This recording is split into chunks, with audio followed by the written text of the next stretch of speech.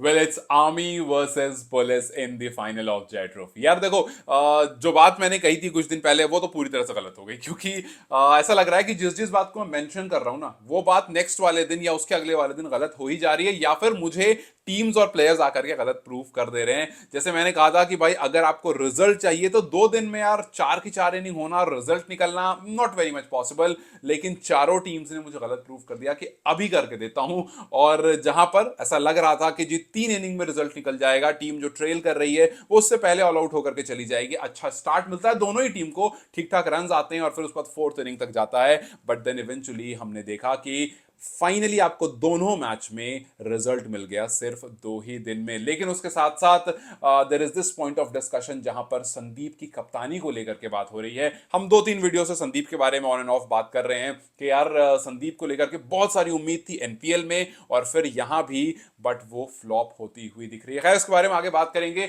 But yes, when you look at the match, अगर आप सबसे पहले बागमती प्रोविंस और एनपीसी की तरफ देखोगे तो 103 रन से ट्रेल कर रहे थे, लगा कि यार 103 रन ज्यादा है, ऑल आउट हो जाएंगे जल्दी। But the best part was कि रित ने शुरू में थोड़ा सा स्टार्ट दिया, रन्स करा, रित की तरफ से रन्स आए और फिर जो अभी तक इस टूर्नामेंट में स्ट्रगल करते हुए दिख रहे थे, इस कंपटीशन में पहला हाफ सेंचुरी आता है बागमती की तरफ से, थर्ड 50 आता है और उनके साथ साथ शुभ कंसाकर जो कि रन्स कर रहे थे। जैसे रित में क्या था कि रित रन्स नहीं कर पा रहे थे, उनके बैट से बहुत रन्स नहीं आ रहे थे, लेकिन शुभ कंसाकर 35, 25, 34, 33 इस तरह के रन्स कर रहे थे और इस तरह के स्टार्ट की जरूरत भी थी बागमती को, तो वो मिलती है और एक बार अपने इन नॉक्स को वो हाफ सेंचुरी में कन्वर्ट करते हैं। 50+ का टोटल हमें देखने को मिलता है। इनकी तरफ भी इस टूर्नामेंट का वो पहला हाफ सेंचुरी आता है और एक टाइम पर लगता है यार कि बागमती ना काफी अच्छी पोजीशन पर है। मतलब आप खुद देखो कि 117 फॉर 1 रहते हैं, लेकिन फिर उसके बाद धड़ धड़ धड़ विकेट्स गिरती है और 154 पर आप 5 हो जाते हो। मतलब जहां पर ऐसा लगा कि यार यहां से ना थोड़ा सा अगर टोटल बड़ा हो गया तो मैच ड्रॉ की तरफ जा सकते हो। हम सब श्योर थे कि भाई जीतने वाले तो नहीं हुआ, because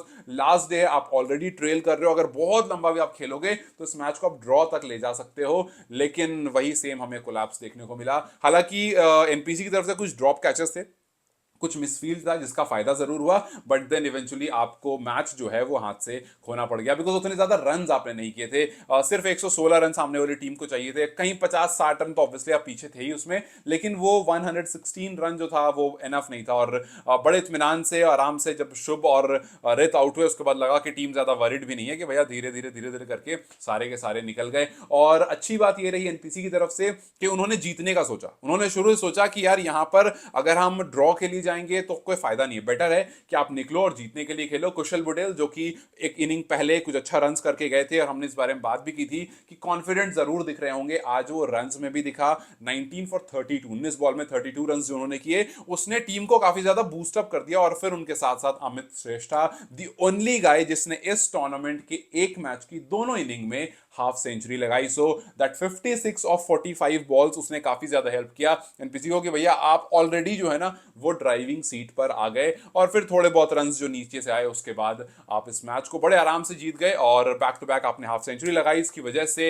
obviously you were the man of the match. हालांकि जब कुशल पटेल आउट हुए, कैच बहुत अच्छा था प्रतीश का, लेकिन बहुत लेट हो चुका था। थोड़ा और पहले आता वो तो शायद हो भी जाता। एक बहुत क्लोज कॉल भी था उनका एलबीडब्ल्यू का, लेकिन वो आउट नहीं था, वो शायद बाहर की तरफ से बॉल थी, हल्का लेग स्टंप की तरफ से जा रही थी बॉल। बट यस, प्रतीश का वो एफर्ट बहुत अच्छा था, वो कैच बहुत अच्छा था, लेकिन तब तक जाहिर सी बात है लेट हो गया था and that is why Bagmati जो है वो यहां से बाहर निकल गया। आप सोचो कि बागमती की परफॉर्मेंस अच्छी नहीं रही। आपने हमने देखा संदीप जब एनपीएल में कर रहे थे तो वहां भी बहुत अच्छी परफॉर्मेंस नहीं आई थी। सो जब जब आप टीम को लीड कर रहे हो, आपकी जो परफॉर्मेंस है बतौर कप्तान और बतौर प्लेयर वो अप टू द मार्क नहीं आई। हालांकि जय ट्रॉफी की स्टार्टिंग बहुत अच्छी हुई थी, आपने 10 फॉर लिया था, सबको खुश थे कि यार संदीप जो है धीरे धीरे वापस आ रहे हैं। बट देन बहुत सारा स्ट्रगल और बहुत सारी बात हो रही है। आप लेफ्ट आर्म स्पिन आप कर रहे हो, अपना कन्वेंशनल स्पिन जो है वो आप कर रहे हो, फिर उसके बाद आप सीम अप डिलीवरीज आप कर रहे हो, तो आप ना बहुत सारे रोल्स प्ले करने की कोशिश कर रहे हो एज इफ के आपके टीम में वो उन रोल्स को प्ले करने के लिए प्लेयर्स नहीं है। सो कहीं ना कहीं आप अपने प्लेयर्स पर उतना भरोसा नहीं दिखा पा रहे हो। मैंने एक वीडियो ही बनाई थी जहां पर मैंने इस बारे में बात की थी कि यार संदीप जो है क्या वो एक फेयर कैप्टन की तरह कर रहे हैं यहाँ पर, क्या एक फेयर कैप्टन का रोल प्ले कर रहे हैं। सो ये साफ साफ दिख रहा है कि वो बहुत कोशिश कर रहे हैं विकेट्स लेने की, बट क्या ये सही है? आपके पास और प्लेयर्स हैं जो काम आप करने की कोशिश कर रहे हो, apart from your conventional deliveries, जो और काम आप करने की कोशिश कर रहे हो उसके लिए आपके पास प्लेयर्स हैं, बट आप उनकी जगह पर शायद खुद को प्रेजेंट कर रहे हो। और ये जो टू मच ऑफ ट्राइंग है ना, वो आपको शायद फेलियर की तरफ लेकर जा रहा है। अभी रिसेंट में रिकी पॉन्टिंग की एक स्टेटमेंट आई थी विराट कोहली को लेकर के, उन्होंने कहा था कि विराट कोहली मतलब मैं कभी भी उनको अपने 11 में रखूंगा ही रखूंगा, चाहे वो कैसी ही फॉर्म में रहे। बस प्रॉब्लम इस टाइम पर विराट के साथ ये है कि he is trying too much.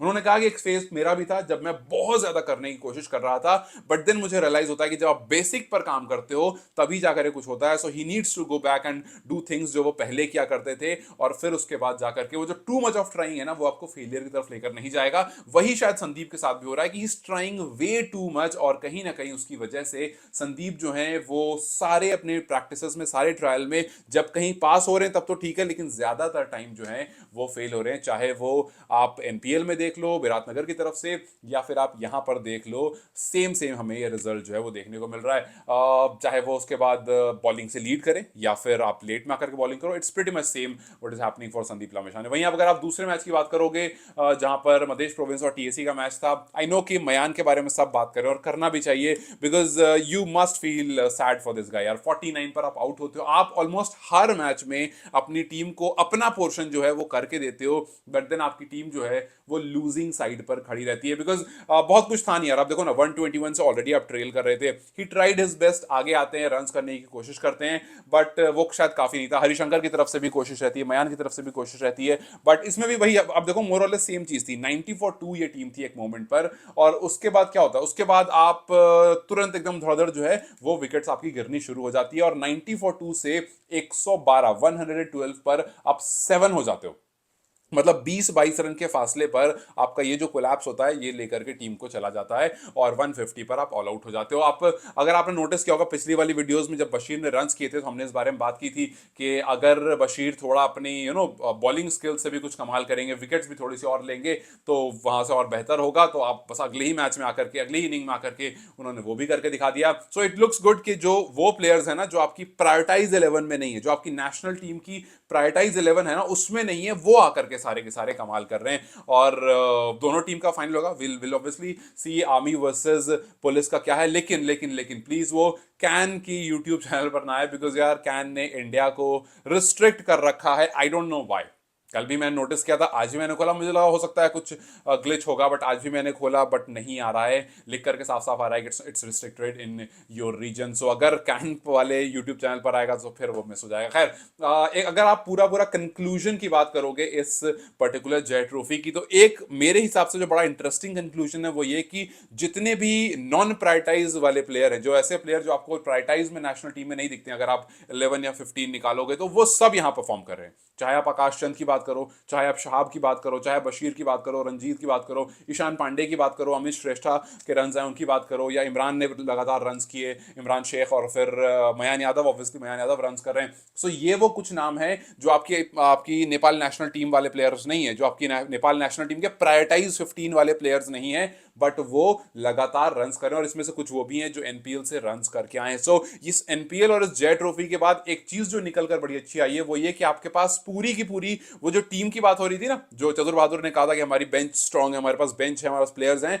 तो ये दिख रहा है भाई कि प्लेयर्स तो और हैं, बस शायद उनको निखरने का मौका नहीं मिला था। बॉलर्स की तरफ भी आप देखोगे, देखो आकाश चंद अच्छा कर ही रहे, रुपेश, और मुझे बिशल की बॉलिंग, और मतलब मुझे लगता है स्पिनर्स के बारे में बहुत बात थी ना नेपाल में कि स्पिनर्स बहुत अच्छे हैं। आई रियली थिंक कि पेसर्स भी उतनी अच्छे हैं, मतलब they just need a good bowling coach. और भाई शुरू में जिस तरह से बॉल की मूवमेंट होती है ना, मुझे I am telling you this कि अगर एक अच्छा बॉलिंग कोच आ गया तो स्पिनर तो खैर अच्छे हैं ही, पेसर्स भी बहुत अच्छे हैं, और हमने ये लगातार बैक टू बैक देखा है इन मैचेस में। सो लेट्स जस्ट सी कि what happens in the final. और हम बात भी कर रहे थे कि भाई 2 दिन के मैचेस जो हैं वो इनफ नहीं है, तो ठीक है हमें फाइनल 3 दिन का मिलेगा, वहां पर देखते हैं कि क्या ये टीम 3 दिन वाले रूप से खेलती है। बिकॉज डे वन और आज के दिन में फर्क तो आया है। जिस दिन जय ट्रॉफी शुरू हुई थी और अभी जिस तरह से मैचेस हुए, गेम में हमने डिफरेंस देखा है, हमने इंप्रूवमेंट देखा है। लेकिन क्या फाइनल जो 3 दिन का होगा उसमें हम वो क्रिकेट देखेंगे जो 3 दिन वाली टेस्ट क्रिकेट होती है, जहां पर नंबर ऑफ ओवर्स ज्यादा रहेंगे, 60 की जगह 80 रहेंगे, नंबर ऑफ ओवर ज्यादा रहेंगे, आपको टाइम ज्यादा मिलेगा।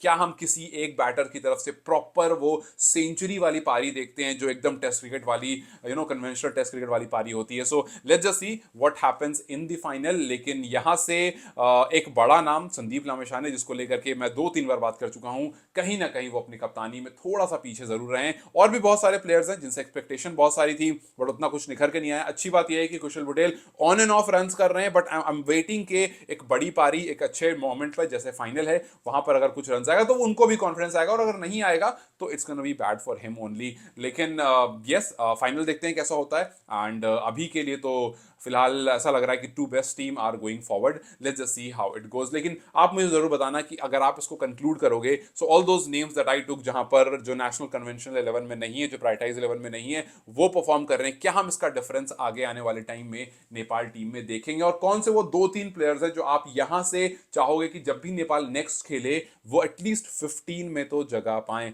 Do let me know comment section. Till then, you guys take care, I will see you very soon.